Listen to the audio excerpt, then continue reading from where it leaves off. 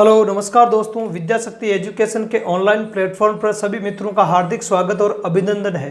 दोस्तों आज अपन पढ़ेंगे गैसीय अवस्था के बारे में। किस अवस्था के बारे में? गैसीय अवस्था के बारे में पढ़ेंगे।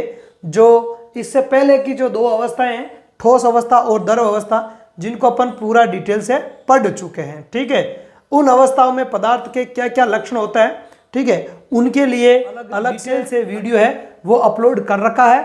ठीक है, तो केमिस्ट्री की प्लेलिस्ट में जाके आप उन क्लासों को देख सकते हो। आज अपन यहाँ पढ़ेंगे गैसीय अवस्था के बारे में। किस अवस्था के बारे में? गैसीय अवस्था के बारे में पढ़ेंगे। इस अवस्था में पदार्थ के क्या लक्षण होता है, कैसे लक्षण होता है, तो इनके बारे में अपन चर्चा करते हैं। तो सबसे पहली बात तो ये, इनके अपन कुछ लक्षणों को अपन लेते हैं। तो जैसे अपन बात करें, सबसे पहले तो गैसीय अवस्था में जो आकार और आयतन है वो अनिश्चित होता है। आकार एवं आयतन दोनों ही क्या होता है? अनिश्चित होता है। आयतन दोनों ही अनिश्चित होते हैं, दोनों ही अनिश्चित होता है। एक लक्षण तो ये हो गया। आगे बात समझ में? अर्थात गैसों का कोई फिक्स आकार नहीं होता है और न ही इनका आयतन होता है। ठीक है, जिस बर्तन में अपन इनको डालेंगे ये उसी बर्तन का आकार ले लेंगे और उसी बर्तन का आयतन ले लेंगे। समझ गए? आयतन का मतलब है कि जगह, आयतन का मतलब है जगह से, या मैंने दरू वाले में भी बताया जैसे 1 लीटर है तो वो 1 लीटर रहती है, लेकिन यह आयतन का मतलब होगा जगह घेरने से, है ना। तो गैस की मात्रा तो उतनी है, लेकिन वो जगह ज्यादा घेर लेती है। जगह क्या कर लेती है? ज्यादा घेर लेती है ना। जिस आकार के बर्तन में डालोगे उसका ही ये आकार ले लेगी, और जैसा जितना उसका आयतन है तो उस पूरे बर्तन में ये फैल जाएगी, पूरे उस बर्तन में फैल जाएगी। जैसे एक उदाहरण की चर्चा करें, जैसे मान लिया कि एक इतना सा पात्र है, ठीक है। अब इस पात्र के अंदर कुछ गैस भरी हुई है। मान लिया ये ऊपर से बंद है, ऊपर से क्या बंद है, ठीक है, ढक्कन लगा रखा है, ऊपर से बंद। अब इसके अंदर गैस के कण है, ठीक है, कोई गैस भर रखी है हमने।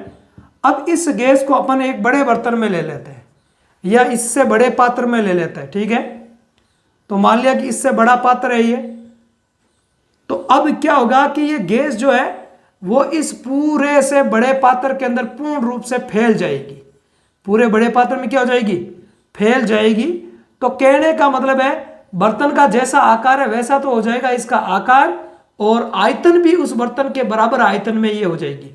जैसे मान लिया कि ये 1 लीटर का है, मान लो कि ये 1 लीटर का पात्र है, तो पूरी गैस 1 लीटर में आ गई। इस बर्तन की कैपेसिटी है क्या है? 1 लीटर मान लो कि भाई आप इसमें 1 लीटर पदार्थ, कोई लिक्विड पदार्थ भर सकते हो। अब आपने लिक्विड की जगह इसमें आपने गैस अवस्था को डाल दिया या किसी गैस को डाल दिया है, ठीक है। तो क्या होगा कि ये जो गैस है वो पूरे इस 1 लीटर के पात्र में फैल जाएगी। इसी गैस को निकालकर इस, मान लो कि ये 5 लीटर का पात्र है। कितने लीटर का पात्र है? ये 5 लीटर का पात्र है। तो इस 5 लीटर के पात्र में डाल रहे, तो ये गैस इस पूरे 5 लीटर के पात्र में फैल जाएगी, है ना। तो 5 लीटर के बराबर में इसका आयतन हो जाएगा। फैलने का मतलब ये हो गया। तो इसलिए इनका जो, न तो इनका आकार निश्चित होता है और न ही इनका आयतन निश्चित होता है। तो ये दोनों ही चीजें वो गैसों के लिए नहीं होती है। जबकि ठोस में हमने पढ़ा कि उनका आकार और आकृति दोनों ही निश्चित होता है। द्रव में हमने पढ़ा कि द्रव का जो आकार होता है वो अनिश्चित होता है, लेकिन आयतन है वो क्या होता है? निश्चित होता है। आगे अगले दूसरे लक्षण की बात करें तो दूसरा लक्षण अपन ये ले सकते हैं कि इनके मध्य, है ना, गैस के कणों के मध्य अधिक रिक्त स्थान होता है। गैस के कणों के मध्य रिक्त स्थान है वो ठोस और द्रव दोनों की तुलना में अधिक होता है। रिक्त स्थान क्या होता है? अधिक होता है। रिक्त स्थान क्या होता है? अधिक पाया जाता है, सर्वाधिक होता है ना। यदि तीनों अवस्थाओं की बात करें तो, है ना, अधिक होता है। ठोस अवस्था और द्रव अवस्था दोनों ही अवस्थाओं में पदार्थ के कणों के बीच में जो दूरी होती है उसकी तुलना में इसमें गैसीय अवस्था में पदार्थ के कणों के मध्य जो दूरी होती है वो अधिक होती है, ज्यादा होती है। आगे बात समझ में? ठीक है, एक लक्षण इसका ये हो गया, ठीक है।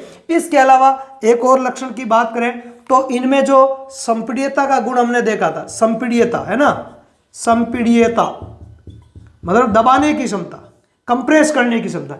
तो तो सर्वाधिक पाई जाती है। ठोस और द्रव दोनों की तुलना में क्या होती है, इसमें ये जो संपीड़ितता है वो सर्वाधिक होती है। कैसे होती है? सर्वाधिक होती है। सर्वाधिक संपीड़ितता का गुण है वो सर्वाधिक होता है। इस गुण के कारण ही तो आपने देखा होगा, जैसे अपन बात करें सीएनजी और एलपीजी, दो मुख्य गैस हो गए ना, एक तो होती है सीएनजी, एक तो क्या होती है सीएनजी, और एक होती है एलपीजी। कौन सी? एलपीजी।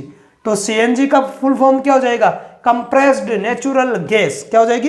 कंप्रेस्ड नेचुरल गैस, है ना। संपीड़ित प्राकृतिक गैस, हिंदी में क्या हो जाएगा इसका? इसका हो जाएगा संपीड़ित प्राकृतिक गैस। क्या हो जाएगा? संपीड़ित प्राकृतिक गैस। और ये हो जाएगी आपके लिक्विड पेट्रोलियम गैस। कौन सी गैस? लिक्विड पेट्रोलियम गैस हो जाएगी ये, लिक्विड पेट्रोलियम गैस।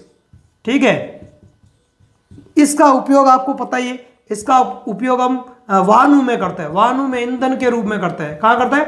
वाहनों में ईंधन के रूप में। और एलपीजी का उपयोग हम घर में करते हैं, है ना, घर में जो ईंधन है उसके रूप में करते हैं। तो वाहनों में और घरों में ईंधन के रूप में इन दोनों का इस्तेमाल किया जाता है। ये लिक्विड पेट्रोलियम गैस है और ये सीएनजी है। इनके बारे में मैं आपको डिटेल से बताऊंगा जब अलग से कोई, या अपन जो कोयले का या जो पेट्रोलियम है उनके प्रभाजी आसवन वगैरह या ईंधन का कोई पॉइंट आएगा उसमें मैं डिटेल से बताऊंगा।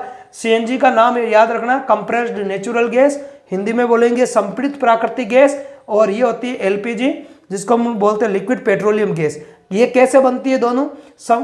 कंप्रेस्ड नेचुरल गैस, जब हम पेट्रोलियम पदार्थों का खनन करते हैं, पेट्रोलियम पदार्थ का जब भी खनन किया जाता है, जमीन से उसको जब निकाला जाता है, तब उस पेट्रोलियम पदार्थ के ऊपर एक गैस की परत पाई जाती है। सबसे पहले वो गैस ही बाहर निकलती है, तो वो नेचुरल गैस होती है। उसको कंप्रेस कर लिया जाता है ना, संपीड़ित। कंप्रेस का मतलब क्या? संपीड़ित। उसको संपीड़ित करके सिलेंडरों में भर दिया जाता है, तब वो कहलाती है आपके CNG, compressed natural gas. Natural gas का मतलब है कि पेट्रोलियम पदार्थों का जब खनन करता है तो उसमें सबसे ऊपर पहले ये गैस पाई जाती है। और एलपीजी, लिक्विड पेट्रोलियम गैस, जब पेट्रोलियम पदार्थों का प्रभाजी आसवन करता है, क्या करता है? प्रभाजी आसवन। जब पेट्रोलियम पदार्थों का क्या करता है? प्रभाजी आसवन, है ना। प्रभाजी आसवन जब किया जाता है तो प्रभाजी आसवन के दौरान सबसे पहले जो गैस निकलती है ना, प्रभाजी आसवन फ्लास्क से, तो वो गैस होती है पेट्रोलियम गैस, और उसको लिक्विड अवस्था में बदल दिया जाता है, तब वो कहलाती है लिक्विड पेट्रोलियम गैस। जब इनके बारे में, दोनों के बारे में मैं डिटेल से बताऊंगा, कभी पॉइंट आएगा तब। अभी आपको इतना ध्यान रखना है, तो संपीड़ितता के गुण के कारण, है ना, ध्यान रखना है, संपीड़ितता के गुण के कारण ही तो अपन नेचुरल गैस को कंप्रेस करके सिलेंडरों में भर सकते हैं, पेट्रोलियम गैस को लिक्विड अवस्था में कंप्रेस करके लिक्विड अवस्था में चेंज कर सकते हैं। किस अवस्था में? द्रव अवस्था में। जो हमारे घरों में जो सिलेंडर होता है उसमें पेट्रोलियम गैस होती है ना, उसको लिक्विड अवस्था में बदला जाता है। तो किसी भी गैस को लिक्विड अवस्था में बदलने के लिए उसको संपीड़ित किया जाता है। क्या किया जाता है? उसको संपीड़ित किया जाता है, कंप्रेस्ड किया जाता है। अंग्रेजी में बोलते हैं कंप्रेस्ड, तो कंप्रेस्ड कर दे। तो ये दोनों जो उदाहरण है वो इसी के उदाहरण हो गए। आगे बात सुन। अब बात करें तो देखो 3 लक्षण हो गए। एक तो इनका आकार और आयतन दोनों ही वो गैसों के अनिश्चित होता है। कणों के बीच में जो रिक्त स्थान है वो बहुत ज्यादा होता है, ठोस और द्रव दोनों की तुलना में होता है। इनको आसानी से संपीड़ित किया जा सकता है, मतलब ठोस और द्रव की तुलना में इसमें आपके संपीड़ितता का गुण है वो सर्वाधिक पाया जाता है। इसके अलावा बात करें एक और लक्षण विसरण का भी हम देख लेते हैं। विसरण, है ना, द्रव वाला जो लेसन हमने पढ़ा था, या द्रव अवस्था वाला जो वीडियो है उसके अंदर आपको बताया हुआ है, उस क्लास में बताया था कि विसरण का जो गुण है वो ठोस की अपेक्षा द्रव में ज्यादा होता है, और सर्वाधिक जो विसरण का जो गुण है वो किस में पाया जाता है? गैसीय अवस्था में पाया जाता है। विसरण क्या होता है उस क्लास में मैंने आपको समझा दिया अच्छे से, है ना। यहाँ अपन बार बार समय खराब नहीं करेंगे, ठीक है। तो विसरण का सामान्य मैं अर्थ बता दूं, दो पदार्थों का स्वतः आपस में मिलना, दो पदार्थों का ऑटोमेटिक आपस में मिलना क्या होता है? विसरण कहलाता है। तो गैस में विसरण का गुण और विसरण की दर दोनों ही सर्वाधिक होती है ना। विसरण है वो सर्वाधिक होता है। विसरण क्या होता है? सर्वाधिक होता है। आगे बात समझ में। तो अगले 5वें लक्षण की बात करें तो 5वां लक्षण क्या हो जाएगा गैसीय अवस्था में? तो गैसीय अवस्था में क्या होता है? कण होता है अपने दूर दूर। कण क्या होता है? दूर दूर। और जिस भी बर्तन में गैस को रखा जाएगा उस बर्तन की दीवारों पर ये क्या दाब डालेंगे, है ना। गैस के कणों में यादृच्छिक गति होती है। किस प्रकार की गति होती है? यादृच्छिक गति होती है, ध्यान रखना।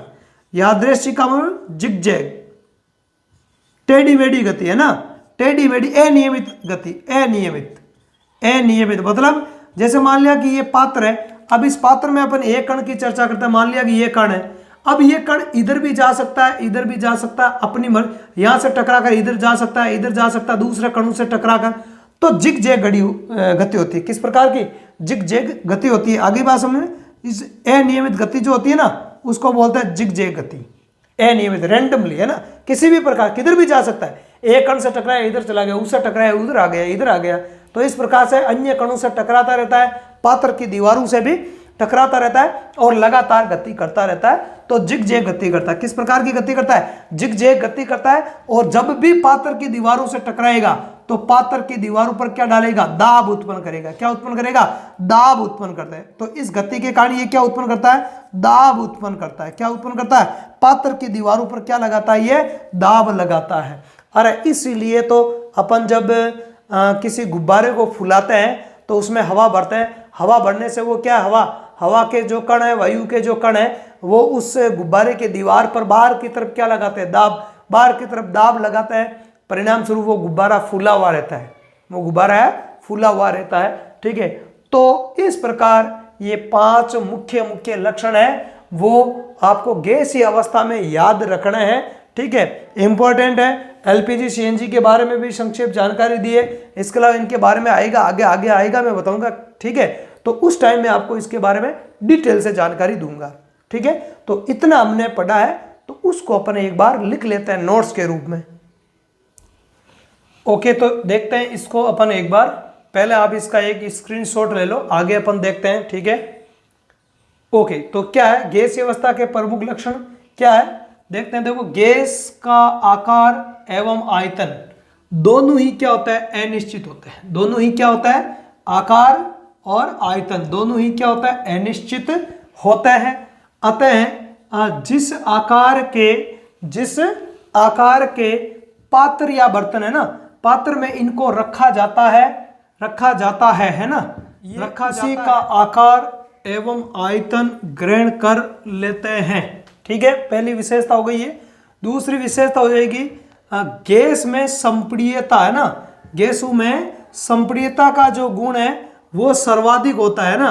ठोस, द्रव और गैस तीनों की तुलना करें तो सर्वाधिक जो संपीड्यता का गुण है वो गैसों में होता है। अगला लक्षण देखते हैं। अगला लक्षण है गैस के कणों के मध्य अत्यधिक रिक्त स्थान पाया जाता है। सर्वाधिक रिक्त स्थान कणों के मध्य वो गैसीय अवस्था में ही होता है, ठोस और द्रव की तुलना में। अगला अपन देखते हैं। अगला है अत्यधिक रिक्त स्थान के कारण गैस में विसरण है ना, विसरण का गुण सर्वाधिक पाया जाता है। विसरण का गुण क्या होता है? सर्वाधिक पाया जाता है ना। एक दूसरे में मिलने का जो गुण है, गैस आसानी से, एक गैस दूसरी गैस में आसानी से मिल जाती है। ठीक है, कुछ गैस है वो द्रव में भी मिल जाती है। ठीक है, या द्रव जो है गैसों में मिश्रित हो जाते हैं, है ना। हालांकि इनके अपवाद भी होते हैं। तो विसरण क्या होता है? विसरण के बारे में जो हमने द्रव अवस्था वाला पढ़ा था उसमें डिटेल से समझाया हुआ है। ठीक है, तो वो वीडियो आप देख लेना।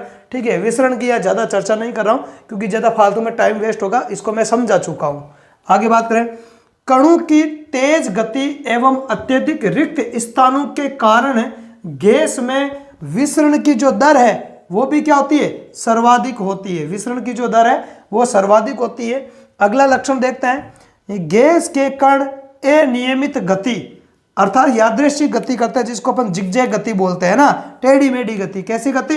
टेढ़ी मेढ़ी गति करते हैं, जिगजैग गति करते हैं। ठीक है, अनियमित गति करते हैं। ठीक है, गति करते हैं तथा पात्र की दीवारों से टकराते रहते हैं। अतः पात्र की दीवारों पर दाब उत्पन्न करते हैं। क्या उत्पन्न करते हैं? पात्र की दीवारों पर दाब उत्पन्न करते हैं। ठीक है, अब कुछ तथ्य जो मैंने आपको उदाहरण बताए थे उसको अब हम देख लेते हैं। संपीड्यता के गुण के कारण ही सीएनजी एवं एलपीजी को आसानी से सिलेंडरों में भरा जा सकता है। किसमें? सिलेंडरों में आसानी से भरा जा सकता है। ठीक है, इसके अतिरिक्त अब इनके नाम देख लो। सीएनजी की फुल फॉर्म मैंने लिख दी आपके लिए। ठीक है, तो सीएनजी की फुल फॉर्म क्या होती है?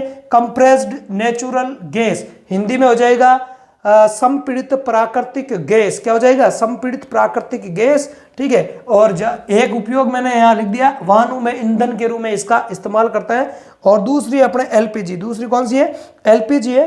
तो एलपीजी का क्या हो जाएगा, लिक्विड पेट्रोलियम गैस, ठीक है। और इसका उपयोग घरों में ईंधन के रूप में करता है। और सीएनजी एलपीजी जब अपन पेट्रोलियम वगैरह पढ़ेंगे तो उसके अंदर आपको और इनके बारे में अधिक जानकारी देंगे, ठीक है। तो इस क्लास में केवल और केवल हम इसी गैस व्यवस्था के बारे में जानकारी प्राप्त करेंगे, ठीक है, जो कि हम पढ़ चुके हैं। इससे ज़्यादा आपको गैस व्यवस्था के बारे में कोई याद करने की आवश्यकता नहीं है। तो यदि आपको क्लास ये अच्छी लगी है तो इसको अपने दोस्तों में ज़्यादा से ज़्यादा शेयर करना है, ठीक है। और चैनल पर नए हो तो चैनल को सब्सक्राइब करना है, लाइक करना है और बेल आइकन को जरूर दबाना है, ताकि जैसे ही मैं कोई वीडियो अपलोड करूँ उसका नोटिफिकेशन आपको हाथों हाथ मिल जाए। और हमारे टेलीग्राम ग्रुप से भी आप जुड़ सकते हो, जिसका लिंक है वो अबाउट सेक्शन में दिया हुआ है। चैनल का जो अबाउट सेक्शन है उसमें दिया हुआ है, तो आप हमारे टेलीग्राम ग्रुप से भी जुड़ सकते हो।